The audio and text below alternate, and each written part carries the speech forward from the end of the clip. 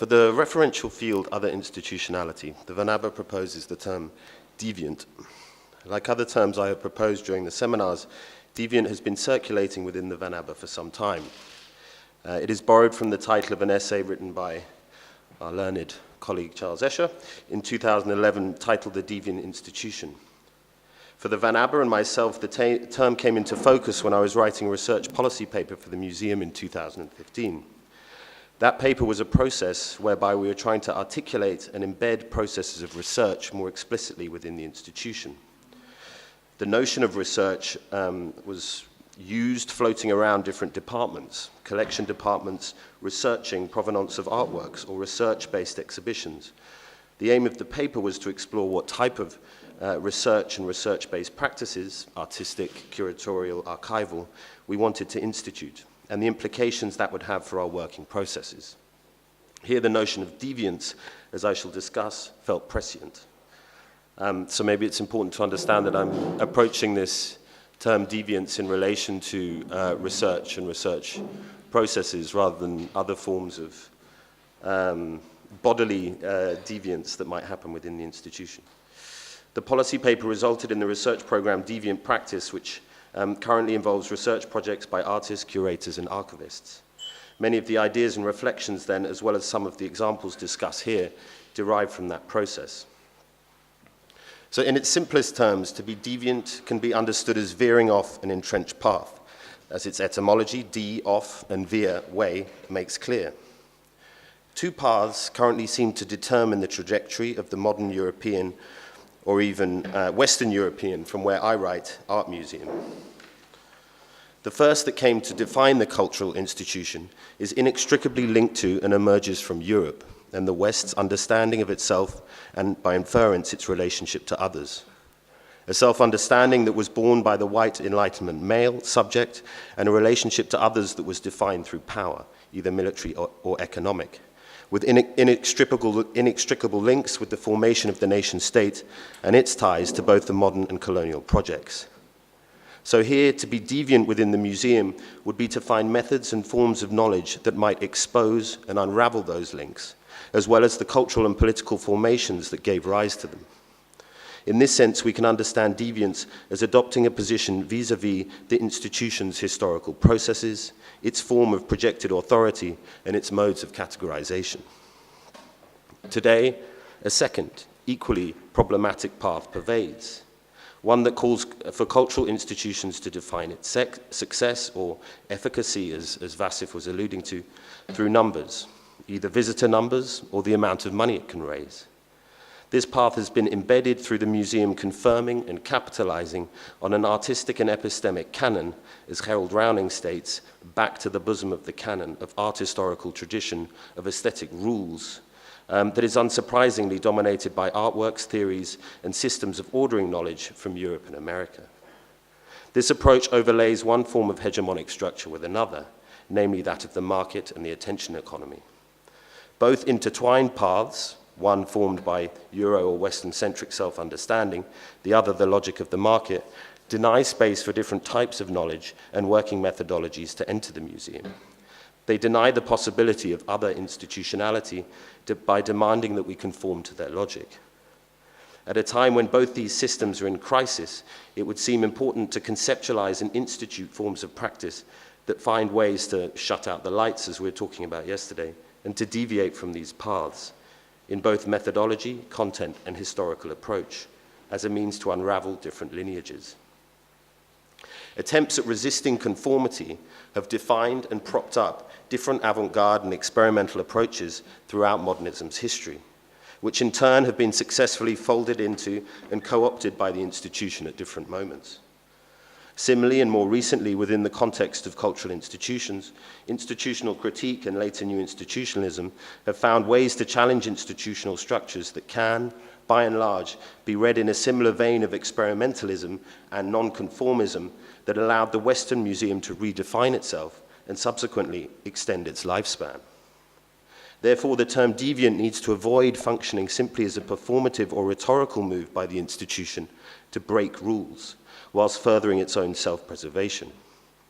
rather to be deviant within the context of the museum and other institutionality, should be seen as an attempt to start undoing some of the institutional and political formations that underpin its practices.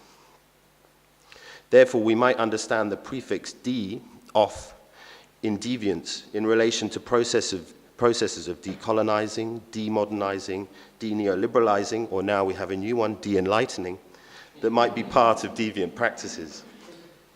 These deviant approaches might offer a way to question past suppositions and hierarchies. Such an approach has been most theorized in relation to processes of decolonization, beginning perhaps with Frantz Fanon in his searing opening to Wretched of the Earth, where he writes, quote, "Decolonization, we know, is a historical process.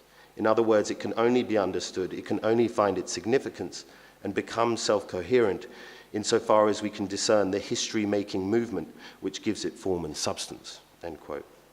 Such history-making lies at the core of the museum and its modes of collecting, categorizing, and presenting art. With this in mind, the notion of deviant practice needs to be further conceptualized and grounded in relation to the tools the museum has at its disposal, in a way that could genuinely infiltrate the institution's methods for collecting, mediating, and narrating.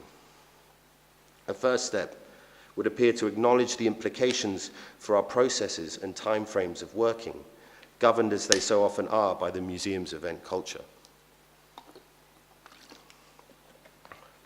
This would mean, as I have argued in previous glossary seminars, that the museum should increasingly understand its work as taking place away from its exhibition galleries, collection displays, and public events, the visible or illuminated parts of the museum. Instead, its work would increasingly unfold through invisible processes and projects, initiated via relationships between different institutions, agents, and constituent groups associated with the museum. I think this meeting is quite a good example. Central to this would be instituting different timeframes within the museum that extend beyond exhibition cycles, allowing processes of research to take place whose purpose is not wholly defined or determined by public outputs, whether in the form of exhibitions, commissions, or publications. Such a move would necessarily entail redirecting resources, budgets, away from more visible activities to those that take place amongst different constituents, whether as that's researchers, educators, or activist groups. Significantly, it would be an attempt to reorient or refocus the museum as an educational epistemic center. At the Van Abbe, we identified two research tools, the archive and constituencies, that might allow these processes and relationships to unfold. And I'm going to focus today briefly more on the archive, as constituencies has had a whole two-day seminar. Our archives are what define us as a museum. They are, for better or worse, the heritage we hold. If we accept that deviant practice holds within it the need to consider and undo paths that led us here, the archive would appear to offer the means with which to do that. With this in mind, there's an image missing from the Van Abbe. With this in mind, a formative example of deviant approaches to the archive was the ongoing project Arquivo Queer, which we discussed yesterday, initiated by Feifa Villa Nunes, promoter of the artist group LSD, and Seo Carrascosa, excuse my pronunciation, of the group Radical Gay, with Andres Senra and Lucas Platero. Arquivo Queer, housed at the René Sofia, consists of an open archive with a palimpsest of images, publications, videos, oral histories, and writings from public performances, actions, parties, and campaigns of queer movements in Madrid in the early 90s. The archive, which was presented at the Van Abbe last summer and will be shown in Madrid this year, aims to subvert heterocentric and patriarchal forms of categorization through its formation and display.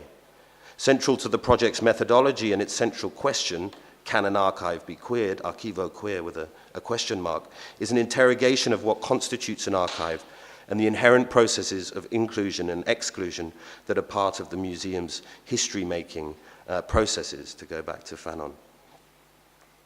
At the Van Abbe, we are starting or aiming to introduce some of these deviant approaches to the archive via our research program. And important to say that this program takes its cue from SALT.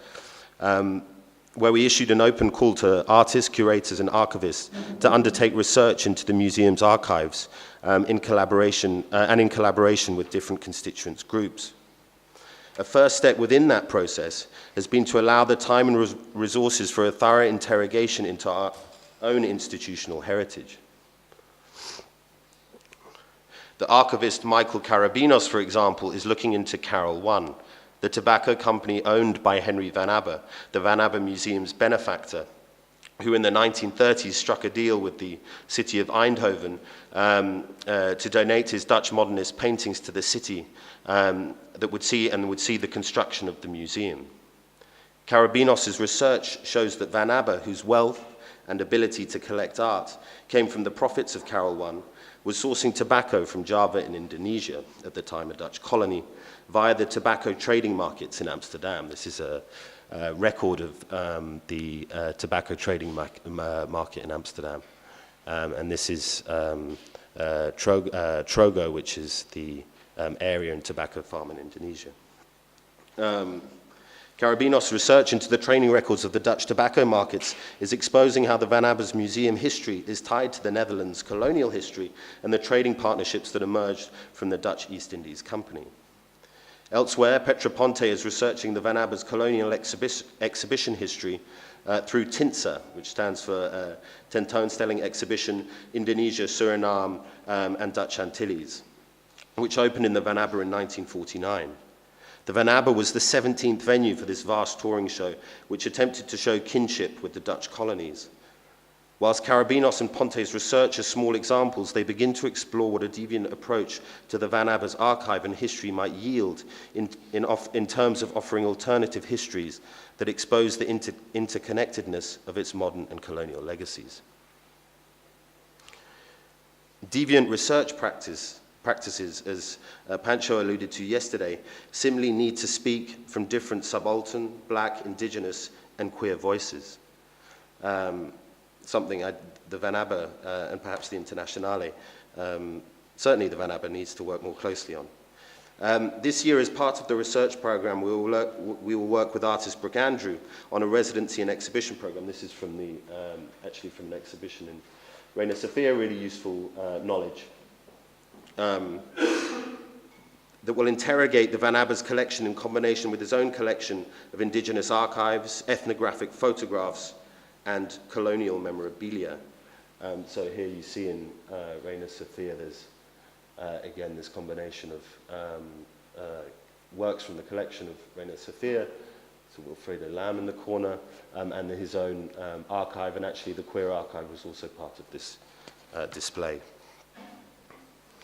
A practice such as Andrew's that aims to both decolonize and queer the archive, both through content and through its approach to historiography, points to ways in which our museum's heritage and its methods for ordering and classifying knowledge might be somehow brought into the shadows to operate more deviantly.